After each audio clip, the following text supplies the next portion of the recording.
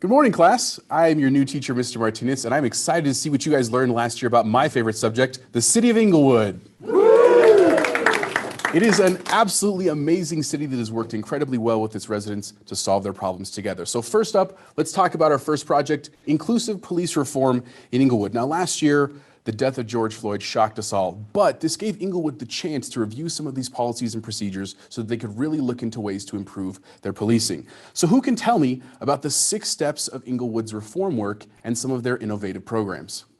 Amaya, I actually understand that you're familiar with some of these programs. I sure am. I learned at a city council meeting about the Restorative Justice program, and it focuses on rehabilitation of offenders through reconciliation with victims and the community. We also have the co-responders program with it, which works with the nonprofit All Health Network that offers immediate treatment to those suffering a mental health crisis. Fantastic. Thank you so much. Anybody else? Mayor.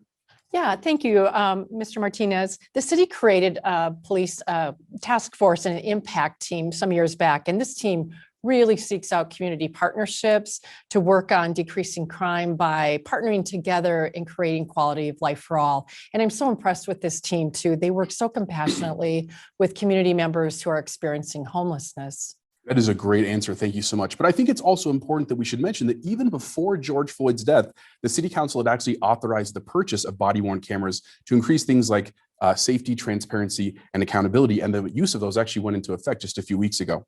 Okay, so Mike, and actually I remember you connected the city with nonprofits during the same time. What can you tell us about this? I did. I can tell you that the city looked at use of force policies, discipline, and alternate policing. City Council then enacted the 8 Can't Wait campaign that focuses on 8 key reforms. The policy review included a community engagement phase, a report of findings to the community, and recommended reforms. Nicely done, Mike. Thank you so much. So that's 2 of our 5 steps. Who can tell me about the next steps in the process? Sergeant Jones. So in the 3rd step, the city hosted an expert panel discussion on police reform with City Council. This also included a survey of the entire police department. On July 23rd or 22nd, for the 4th step, the city hosted a community-wide telephone and virtual town hall meeting where nearly 1,500 residents participated in that. This outreach also included a number of surveys as well. Absolutely. Thank you. So I'll go ahead and add that step 5 ensured that the findings from the first 4 steps were enacted. And then to assist, the council actually created a police reform task force that was comprised of council members, members of the police force, and members of the community. And from their work, there were almost 30 recommendations that came out of that process, which was awesome. So can anybody tell us then about the final step in the process? Mayor Pro Tem Sierra. Yeah, so step 6 was implementing those 30 recommendations. It included the cooperation of all city departments, as well as a robust public outreach program.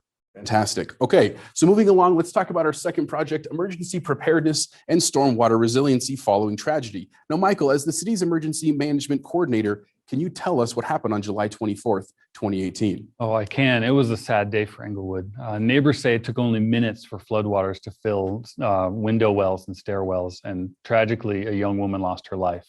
The next day, the neighborhood was declared a local disaster area. Thank you for sharing that, Michael. The storm did in fact show the city's shortcomings with emergency management and infrastructure, but following feedback from the citizens, community-wide meeting, the city really responded incredibly well. And I'd actually like to show you a short clip from that meeting. Let's go ahead and take a look.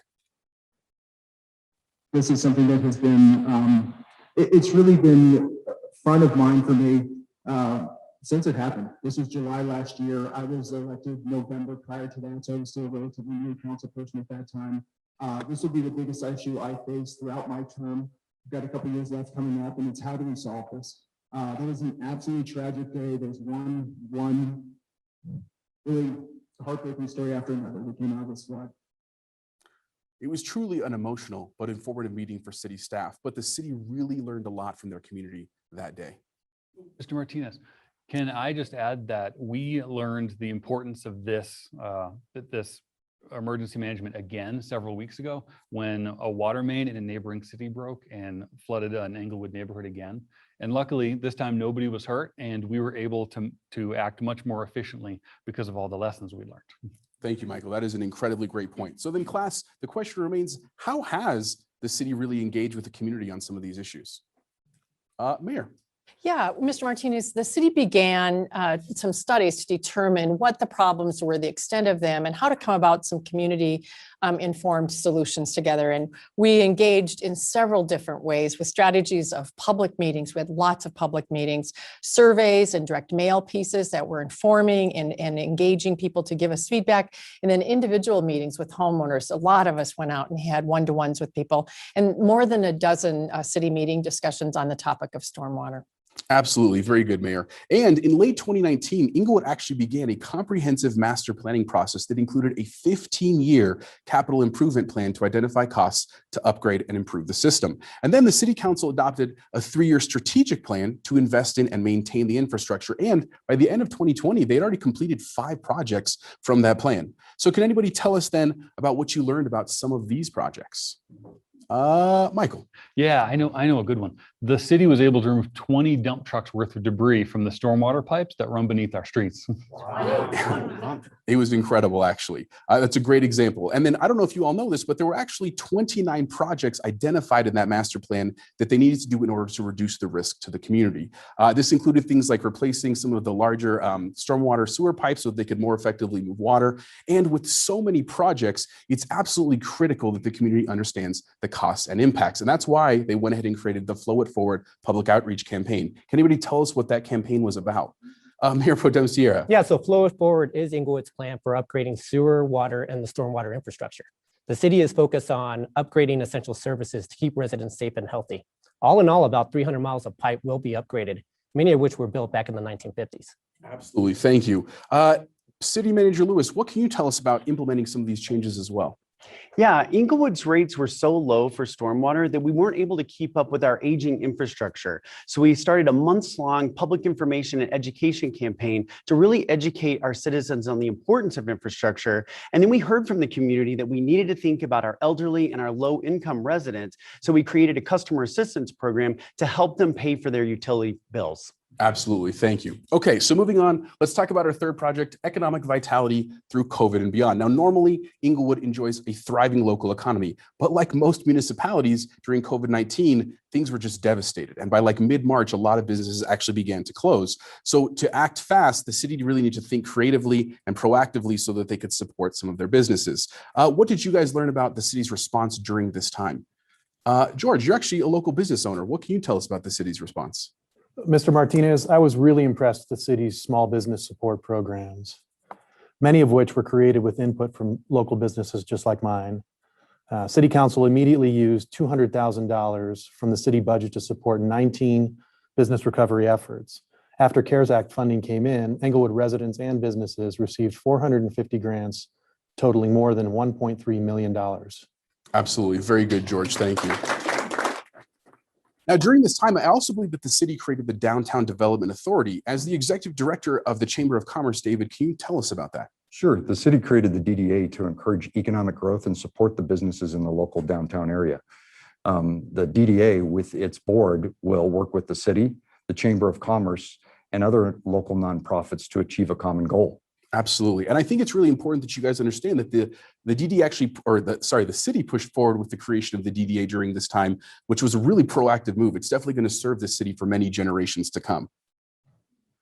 Didn't the city also create an innovative program to help with local businesses? They absolutely did, DeVeril. David, I'm sure you can tell us all about that right as soon as you take that gum out of your mouth, please. Sorry, Mr. Martinez. Okay. If I recall correctly, it was the Office of Economic Development, the Communications Department, and the Chamber of Commerce that got a working group together to come up with some really creative solutions to help our businesses. That's correct. Thank you, David. Now, Julie, you and Arapahoe Community College are actually a partner in the Career Education Opportunity for Displaced Workers program. Are there any other programs you can tell us about? Sure. I remember from my notes the Time for Takeout program, which promoted curbside pickup and takeout for restaurants, a business video storytelling series to promote Englewood businesses, and the Staycation series, which highlighted 2 to 3 businesses each week via social media.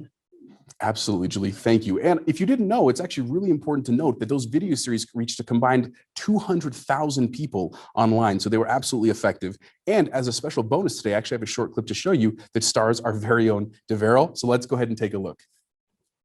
my wife and I, we want to thank the city of Englewood and the Toss Boxing family for sure of how they have loved on us through this crazy time that we've experiencing.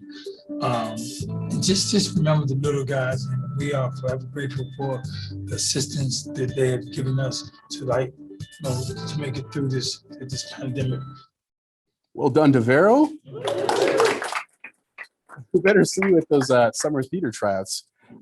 Okay. Oh, wow. So that looks like all the time we have for today's lesson on the wonderful work being accomplished by the city of Englewood. I hope you know what is the one thing you learned today? Englewood is an all-America city. Absolutely, guys. Have a great day.